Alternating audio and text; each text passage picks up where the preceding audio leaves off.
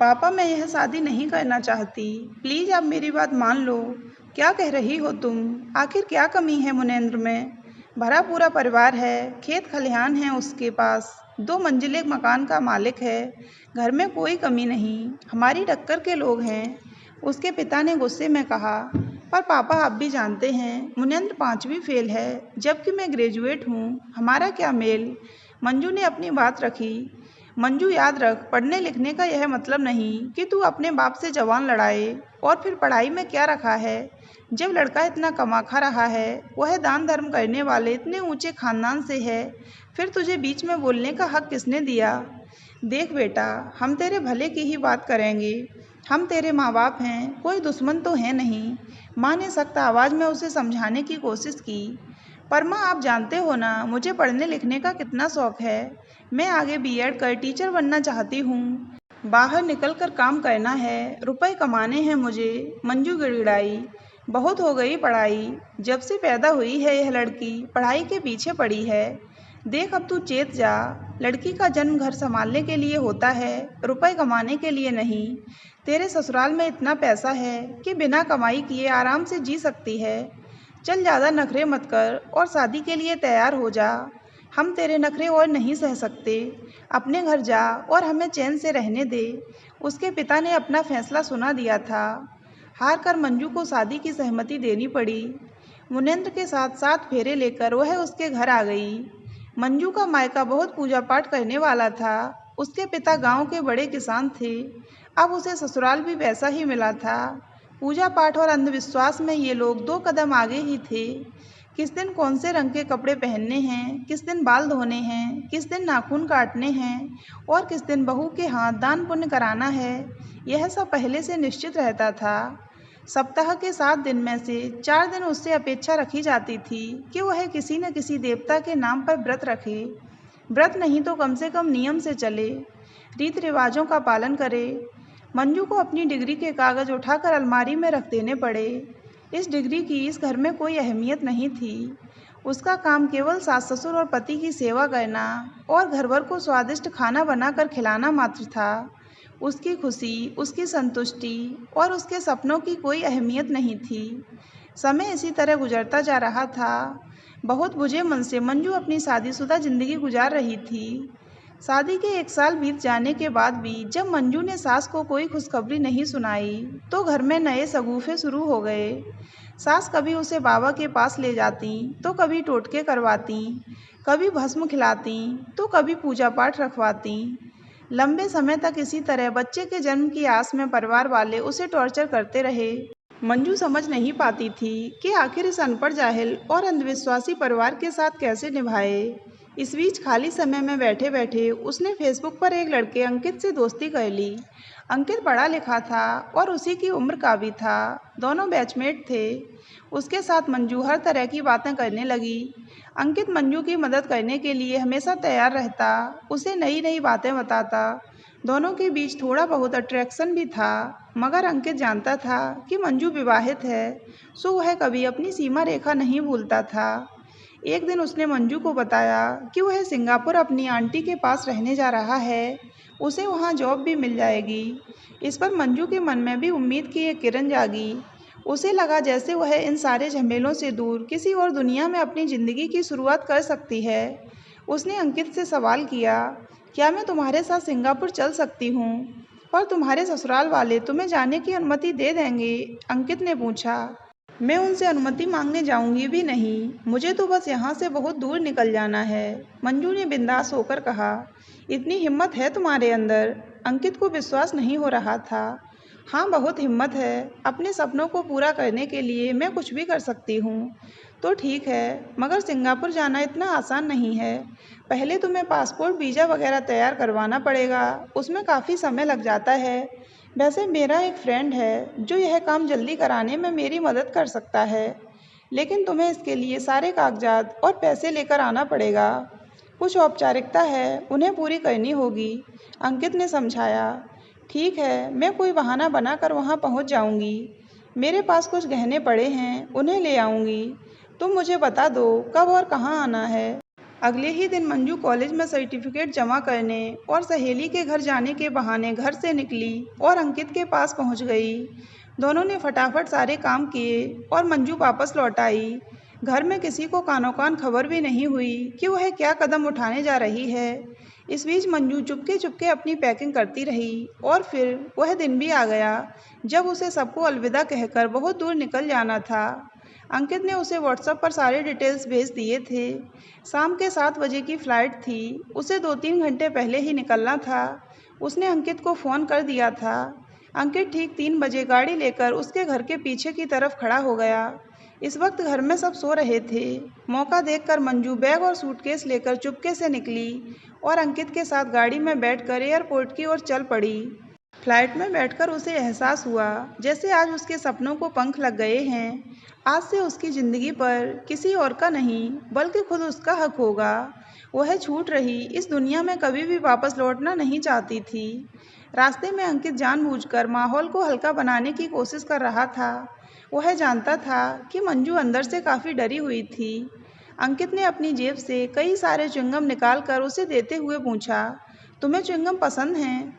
मंजू ने हंसते हुए कहा, हाँ बहुत पसंद हैं। बचपन में पिताजी से छिपकर ढेर सारी च्युइंगम खरीद लाती थी, पर अब भूल जाओ, सिंगापुर में च्युइंगम नहीं खा पाओगी। ऐसा क्यों?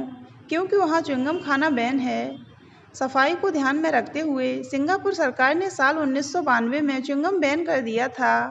अंकित के मुंह से यह बात सुनकर मंजू को हंसी आ गई। चेहरा बनाते हुए बोली, हाय, यह वियोग में कैसे सहूँगी, जैसे मैं सहता हूँ। कहते हुए अंकित भी हंस पड़ा। वैसे वहाँ की और क्या खासियतें हैं? मंजू ने उत्सुकता से पूछा। वहाँ की नाइट लाइफ बहुत खूबसूरत होती है। वहाँ की रातें लाखों टिमटिमाती डिजाइनर लेजर लाइटों से लैस होती हैं, जैसे रोशनी में नहा रही हों। तुम्हें पता है, सिंगापुर हमारे देश के एक छोटे से शहर जितना ही बड़ा होगा, लेकिन वहाँ की साफ सुथरी सड़कें, शांत हरा भरा वातावरण किसी का भी दिल जीतने के लिए काफ़ी है। वहाँ संस्कृति के अनोखे और विचित्र रंग देखने को मिलते हैं। वहाँ की शानदार सड़कों और गगनचुंबी इमारतों में एक अलग ही आकर्षण है।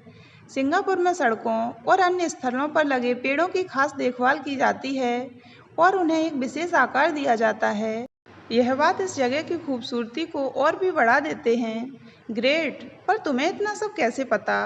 पहले आ चुके हो लगता है। हाँ, आंटी के यहाँ कई बार आ चुका हूँ। सिंगापुर पहुँचकर अंकित ने उसे अपनी आंटी से मिलवाया। 2-3 दिन दोनों आंटी के पास ही रुके। आंटी ने मंजू को सिंगापुर की लाइफ और वर्क कल्चर के बारे में विस्तार से समझाते हुए कहा, वैसे तो तेरी जितनी शिक्षा है वह कहीं भी गुजर बसर करने के लिए काफ़ी है, पर याद रख, तू फिलहाल सिंगापुर में है और वह डिग्री भारत की है, जिसका यहाँ ज़्यादा फ़ायदा नहीं मिलने वाला। तेरे पास जो सबसे अच्छा विकल्प है वह है हाउस होल्ड वर्क का। सिंगापुर में घर संभालने के लिए काफ़ी अच्छी सैलरी मिलती है। वैसे कपल्स जो दिन भर ऑफिस में रहते हैं, उन्हें पीछे से बच्चों और बुजुर्गों को संभालने के लिए किसी की ज़रूरत पड़ती है। यह काम तू आसानी से कर सकेगी। बाद में काम करते करते कोई और अच्छी जॉब भी ढूंढ सकती है। मंजू को यह आइडिया पसंद आया। उसने आंटी की ही एक जान पहचान वाली के यहाँ बच्चे को संभालने का काम शुरू किया। दिन भर पति पत्नी ऑफिस चले जाते थे। पीछे से वह बेबी को संभालने के साथ घर के काम करती। इसके लिए उसे भारतीय रुपयों में 20,000 रुपये मिल रहे थे। खाना पीना भी घर में ही था। ऐसे में वह सैलरी का ज़्यादातर हिस्सा जमा करने लगी। धीरे धीरे उसके पास काफ़ी रुपए जमा हो गए। घर में सब उसे बहुत प्यार भी करते थे। बच्चों का ख्याल रखते रखते वह उनसे गहराई से जुड़ती चली गई थी। अब उसे अपनी पुरानी ज़िंदगी और उस ज़िंदगी से जुड़े लोग बिल्कुल भी याद नहीं आते थे। वह अपनी नई दुनिया में बहुत खुश थी। अंकित जैसे सच्चे दोस्त के साथ साथ उसे एक पूरा परिवार मिल गया था। अपनी मालकिन सीमा की सलाह पर मंजू ने एडवांस कंप्यूटर कोर्स भी ज्वाइन कर लिया, ताकि उसे समय आने पर कोई अच्छी जॉब का मौका भी मिल जाए। वह अब सिंगापुर और यहाँ के लोगों से भी काफ़ी हद तक परिचित हो चुकी थी। यहाँ के लोगों की सोच और रहन सहन उसे काफ़ी पसंद आने लगी थी। यहाँ का साफ सुथरा माहौल उसे बहुत अच्छा लगता। अंकित से भी उसकी दोस्ती काफ़ी खूबसूरत मोड़ पर थी। अंकित को जॉब मिल चुकी थी और वह एक अलग कमरा लेकर रहता था। हर रविवार जिद करके वह मंजू को आसपास घुमाने भी ले जाता। वह मंजू की हर तरह से मदद करने को हमेशा तैयार रहता। कभी कभी मंजू को लगता जैसे वह अंकित से प्यार करने लगी है। अंकित की आंखों में भी उसे अपने लिए वही भाव नजर आते, मगर सामने से दोनों ने ही एक दूसरे से कुछ नहीं कहा था। एक दिन शाम को अंकित उससे मिलने आया। उसने घबराए हुए स्वर में मंजू को बताया, मंजू, तुम्हारे पति को कहीं से खबर लग गई कि तुम मेरे साथ कहीं दूर आ गई हो। दरअसल किसी ने तुम्हें मेरे साथ एयरपोर्ट के पास देख लिया था। यह सुनकर तुम्हारा पति मेरे भाई के घर पहुंचा और डरा धमका कर सच उसने उगलवा लिया कि हम सिंगापुर में हैं। दोनों को यह लग रहा है कि तुम मेरे साथ भाग आई हो सकता है कि तुम्हारा पीछा करते करते वे लोग यहाँ भी पहुँच जाएं। लेकिन उनके लिए सिंगापुर आना इतना आसान तो नहीं, और यदि वे यहाँ आ भी जाते हैं तो उनसे पहले ही मुझे यहाँ से निकलना पड़ेगा। हाँ, पर तुम जाओगी कहाँ? चिंतित स्वर में अंकित ने पूछा। ऐसा करो मंजू, तुम मलेशिया निकल जाओ। वहाँ मेरी बहन रहती है, उसके घर में बूढ़े सास ससुर और एक छोटा बेबी है। जीजू और दीदी जॉब पर जाते हैं, पीछे से सास बेबी को संभालती हैं, मगर अब उनकी भी उम्र काफ़ी हो चुकी है। तुम कुछ दिनों के लिए उनके घर में फैमिली मेंबर की तरह रहो। मैं तुम्हारे बारे में उन्हें सब कुछ बता दूंगी। तुम बेबी संभालने का काम कर लेना। बाद में जब तुम्हारे पति और भाई यहाँ से चले जाएं, तो तुम यहाँ वापस आ जाना। अंकित तुम्हें वहाँ भेजने का प्रबंध कर देगा, सीमा ने समाधान सुझाया। मंजू ने अंकित की तरफ देखा। अंकित ने हामी भरते हुए कहा, डोंट वरी मंजू, मैं तुम्हें सुरक्षित मलेशिया तक पहुँचाऊँगा, मगर वीज़ा बनने में कुछ समय लगेगा। तब तक तुम्हें यहाँ छिपकर रहना होगा। हाँ अंकित, मुझे अपनी पढ़ाई छोड़नी होगी। मैं नहीं चाहती कि मेरा पति या भाई मुझे पकड़ लें और फिर से उसी नरक में ले जाएं, जहाँ से बचकर मैं आई हूँ। I will be grateful to you Ankit. तुम डरो मत मंजू, मैं इंतजाम करता हूँ, कहकर अंकित चला गया और मंजू उसे जाता देखती रही। फिर वह सीमा के गले लग गई। सीमा बड़ी बहन की तरह प्यार से उसका माथा सहलाने लगी। इस बात को कई दिन बीत गए। एक दिन मंजू कंप्यूटर क्लास से निकलने वाली थी कि उसे अपने भाई की शक्ल वाला एक लड़का नजर आया। वह इस बात को मन का भ्रम मानकर आगे बढ़ने को हुई कि तभी उसे भाई के साथ अपना पति मुनेंद्र भी नजर आ गया। मंजू वहीं ठहर गई। वह नहीं चाहती थी कि उन दोनों को उसकी झलक भी मिले। उसका पति और भाई इधर उधर देखते हुए दूसरी सड़क पर आगे बढ़ गए, तो वह दुपट्टे से चेहरा ढककर बाहर निकली और तेजी से अपने घर की तरफ चल दी। उसे बहुत डर लग रहा था। वह समझ गई थी कि उसका भाई और पति उसकी तलाश में सिंगापुर पहुंच चुके हैं और अब यहाँ उसका बचना मुश्किल है। घर आकर उसने सारी बात सीमा और अंकित को बताई। जाहिर था कि मंजू का सिंगापुर में रहना खतरे से खाली नहीं था। अब तक अंकित ने मंजू के वीज़ा का इंतजाम कर दिया था। अगले दिन ही उसके जाने का प्रबंध कर दिया गया। अपना सामान पैक करते समय मंजू सीमा के गले लगकर देर तक रोती रही। बच्चे भी मंजू को छोड़ने को तैयार नहीं थे। छोटी परी ने तो उसे कसकर पकड़ लिया और कहने लगी, नहीं दीदी, आप कहीं नहीं जाओगे हमें छोड़कर। मंजू का दिल भर आया था। उसकी आंखों से खुशी के आंसू बह निकले। अंकित के साथ एयरपोर्ट की तरफ जाते हुए भी वही सोच रही थी कि एक अनजान देश में अनजानों के बीच उसे अपने परिवार से कहीं ज़्यादा प्यार मिला। यही नहीं, अंकित जैसा दोस्त मिला जो रिश्ते में कुछ न होते हुए भी उसके लिए इतनी भागदौड़ करता रहता है, उसे सुरक्षा देता है, उसकी परवाह करता है। काश अंकित हमेशा के लिए उसका बन जाता। इसी तरह हमेशा उसके बढ़ते कदमों को हौसला और संबल देता। मंजू ने इन्हीं भावों के साथ अंकित की तरफ देखा। अंकित की नज़रों में भी शायद यही भाव थे। एक अनकहा सा प्यार दोनों की आंखों में झलक रहा था, पर दोनों ही कुछ कह नहीं पा रहे थे। अंकित ने उदास स्वर में कहा, अपना ध्यान रखना मंजू, देखो तुम भी बच के रहना, कहीं वे तुम्हें न देख लें। मंजू ने भी चिंतित होकर कहा, नहीं नहीं, आजकल मेरी नाइट शिफ्ट चल रही है, मैं दिन में वैसे भी घर में ही रहता हूँ, सो पकड़ में नहीं आने वाला। अगर वे मुझे खोजते हुए घर तक आ भी गए तो मैं यही कहूँगा कि तुम मेरे साथ आई ज़रूर थी, मगर अब कहाँ हो यह मुझे खबर नहीं है। तुम घबराओ नहीं, आराम से रहना और अपना ध्यान रखना। मलेशिया की फ़्लाइट में बैठी हुई मंजू का दिल अभी भी अंकित को याद कर रहा था।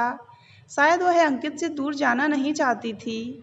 वह एक नए सफ़र की तरफ निकल तो चुकी थी, पर इस बार पीछे जो छूट रहा था वह सब फिर से पा लेने की चाहत थी।